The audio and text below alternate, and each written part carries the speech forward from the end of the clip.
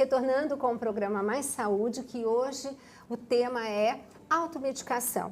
Nós tivemos uma pesquisa muito interessante do Instituto de Ciência, Tecnologia e Qualidade, que entrevistou 1.480 pessoas em 12 cidades e descobriu que 2/3 dessa população fazia uso, assim, vamos dizer, indiscriminado, né, Gustavo, de automedicação. E que dessas 32%, quer dizer, 1/3 desses 2/3, ainda quando tomavam esse remédio, ainda tomavam uma dose a mais do que necessária, quer dizer, supervalorizava essa dose.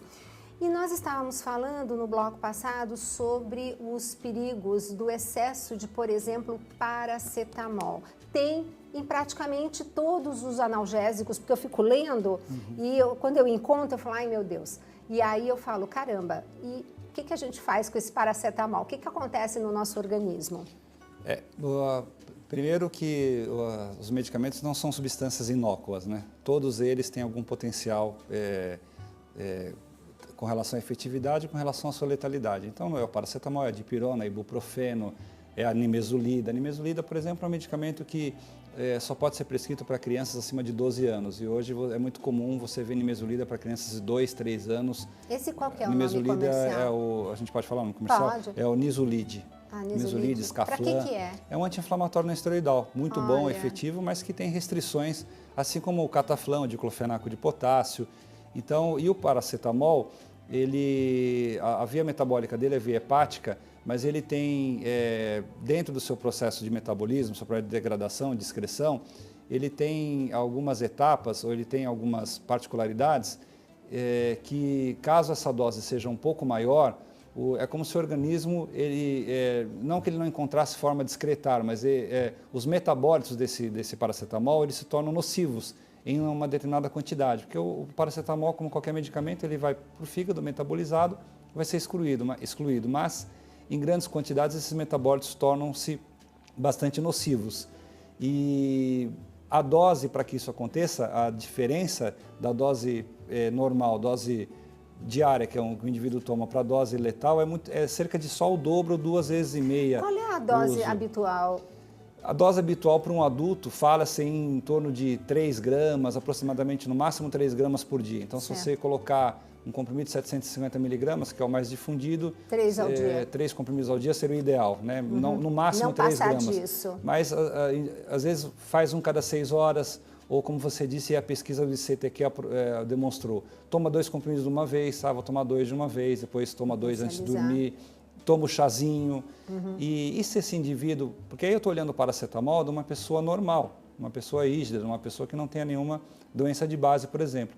Mas se for um paciente, ou um indivíduo, não necessariamente um paciente, a gente tem esse linguajar do paciente por causa do hospital, né? Mas se for um indivíduo que tem um distúrbio hepático, um indivíduo que já faz uso de um outro medicamento que também tem metabolização hepática, que vai sobrecarregar muito o fígado. Então, toda essa conjunção de fatores pode levar a um evento muito mais preocupante do que simplesmente uma dor epigástrica, do que um desconforto gástrico, que é o que geralmente pode acontecer quando você tem uma reação adversa muito simples a um medicamento qualquer, né? Posso só fazer mais um comentário também importante, Gustavo, né?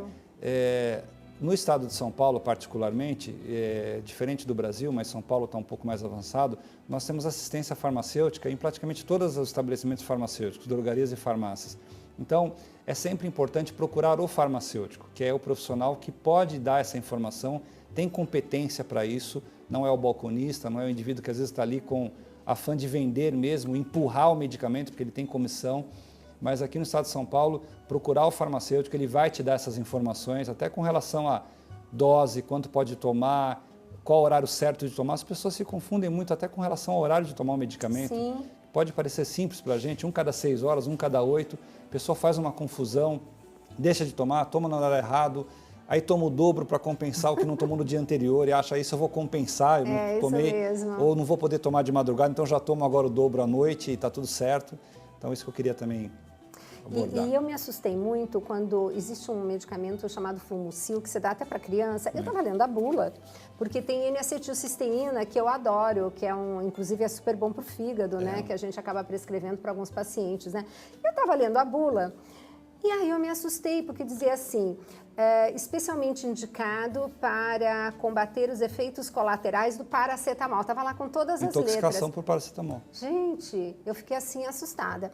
Isso foi um detalhe. Agora, e os antibióticos e essa resistência que nós estamos vendo nas bactérias, o que está acontecendo? Nós tivemos um programa maravilhoso. Se você não teve oportunidade, o programa da sexta-feira passada e da retrasada foi com o professor Dr. Luiz Dematê, da Corin. Nós falamos muito sobre como é possível você fazer assim criações sem o uso de antibióticos. Todo mundo pensava que era o hormônio, mas não tem hormônio, nunca se usou hormônio. Na verdade, são os antibióticos. E aí a gente até ficou discutindo bastante, e essa repercussão na nossa saúde? Os antibióticos, bom, são usados como fatores de crescimento, né, para o gado, né? Os antibióticos... E para muito frango, hein? Para frango também. Tá, cuidado, hein? O tempo que hoje o franguinho leva para, né, já está pronto para ser abatido. Os antibióticos, já em 1940, quando o Alexander Fleming, que foi um dos precursores, né, da era dos antibióticos, ele já afirmou em 40 que daqui a 10 anos, ou seja, em 1950, já haveria resistência a antibióticos.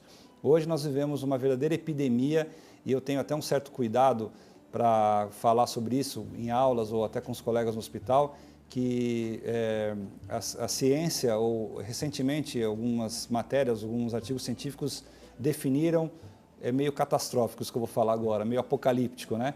O ano de 2018, ele é entendido como o apocalipse dos antibióticos. É o momento em que praticamente a maior parte das cepas bacterianas serão resistentes aos antibióticos existentes no mundo.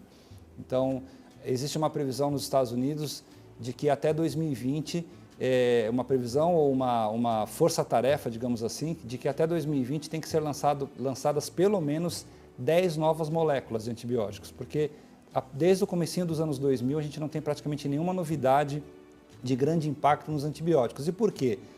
E, aliás, será que um novo antibiótico resolveria o problema? O problema do antibiótico está na utilização inadequada, está às vezes até no diagnóstico também feito de maneira inadequada. Uma colega, uma pesquisadora do Rio Grande do Sul, a professora Anita Van Macher, ela fez uma pesquisa recentemente com alguma coisa perto de 1000 pacientes e detectou que 70% das prescrições com antibióticos têm algum erro. Olha. Ou seja, 70% das prescrições estão erradas. É a dose, é o antibiótico que não é adequado, é o espectro de ação que não é adequado, o sítio da infecção que não vai ser atingido e o mecanismo de resistência bacteriana.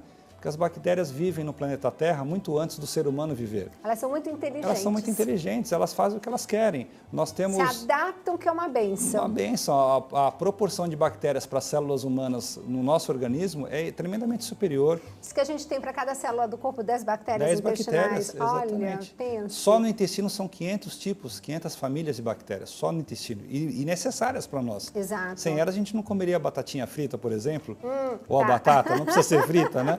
Mas enfim, as bactérias... Agora, o problema hoje do antibiótico, o governo Obama, em 2010, ele ofereceu um bônus para a indústria americana para quem sintetizasse uma nova fórmula de antibiótico. Por quê? Porque as indústrias farmacêuticas não querem hoje pesquisar antibiótico. É cara a pesquisa, o indivíduo vai comprar um antibiótico, vai tomar 10 dias, 7 dias. Hoje, o que dá dinheiro? Doença crônica. Obesidade, calvície, depressão, disfunção erétil. Então, o antibiótico hoje é uma preocupação mundial. Temos essa nova regra aqui no Brasil com relação à venda dos antibióticos, que tem tido um excelente resultado, sem dúvida, mas o problema também está, às vezes, na prescrição médica, que não é adequada. E, Gustavo, você falou uma coisa interessante. O que eu estou mais me assustando são com as mães que chegam com crianças ainda quase bebês e já tem prescrição de antibiótico. Já. Eu fico me perguntando, será que seria tão necessário? Lógico, tem momentos que é fundamental, entendeu? Graças a Deus até que existem. Mas eu fico me perguntando, inclusive você falou da Ritalina, que nós estávamos conversando sobre hiperatividade e déficit de atenção. estudos mostrando, isso está no livro, o Escolhas e Impactos, você vai dar uma olhada, tem um estudo no Lancet muito elegante, aonde realmente foram feitas descobertas incríveis de quantos aditivos alimentares fazem o que? Uma hiperatividade nos canais de glutamato, aquela coisa toda. Então, se você só tirar aquela gelatina colorida, entra lá no site da Proteste que eu falo e dá uma olhadinha naqueles alimentos que seguramente seu filho não come. Xantinas, né? Xantinas, o chocolate. Exato. E o chocolate que ainda vem carregado de leite, de glúten e de um monte de outras coisas. Ai, não quero leite, então eu ponho soja. Então é uma encrenca, né? E aí o que acontece? Você vai prejudicando o seu organismo também com alimentos que parecem comida, mas não são comidas, em detrimento de nutrientes, que aí fariam a gente o quê? Não ter aquela dor de cabeça, o remédio fazer mais efeito em dose menor, né? Sim. Agora, Gustavo, nós já estamos quase terminando, mas eu queria te deixar um espaço para você concluir e deixar o seu recado. Bom, já terminou o programa. Pois é, gente, é muito rápido. Bom, eu primeiro quero agradecer ao Centro Universitário do SENAC, que é onde eu atuo como professor nas pós-graduações de farmacologia clínica, farmácia clínica e hospitalar, e como coordenador desses cursos, por SENAC ter me liberado para vir aqui. Obrigada. E também eu quero deixar como alguns recados pontuais que eu sempre gosto de falar, e aproveitando a sua audiência que é muito grande, né, quando a gente fala em remédio. Primeira coisa, um recado muito simples, medicamento se toma com água. Então, se você vai tomar seu medicamento, qualquer horário que seja, toma sempre com um copo de água. Eu sempre falo isso, às vezes sou até meio repetitivo. Medicamento não se toma com café quente, com bebida quente, com chá quente, com suco. Com refrigerante. Sempre com água. Qualquer dúvida que se tenha sobre medicamento, procure na farmácia, na drogaria, sempre o farmacêutico. Exija que o farmacêutico esteja ali. Ele é o único profissional habilitado a te dar essas informações. O uso racional de medicamentos se baseia nisso. No uso adequado, na informação adequada, na orientação, no equilíbrio entre a necessidade que o medicamento tem para a terapia, que os avanços são incríveis, o que o medicamento faz por nós, muito importante. Nossa, as estatinas vieram para a nossa expectativa de vida, Exato. Tudo isso, mas é entender o medicamento também como algo que pode trazer problemas e tem trazido o seu uso desnecessário. Queria agradecer mais uma vez o convite, dizer que estou disponível quando houver necessidade, que eu tenho muito prazer de falar disso. Assim como lá no Mais Saúde da rádio você vem com bastante frequência, nós vamos fazer também vários convites ao Dr. Gustavo, porque vira e mexe a gente tem na mídia. E se você vê alguma coisa interessante que possa ser pauta do Mais Saúde, por favor, mande pra gente. Meus queridos, minhas queridas, acabou o programa. Pois é, quando ele é bom, acaba rápido, mas você pode ouvi-lo novamente na íntegra e divulgá-lo, porque ele fica disponível no maissaude.cançãonova.com. E eu aqui me despeço, desejando um bom final de semana, caso você tenha assistido Mais Saúde no dia e no horário correto, e desejando a você uma ótima semana.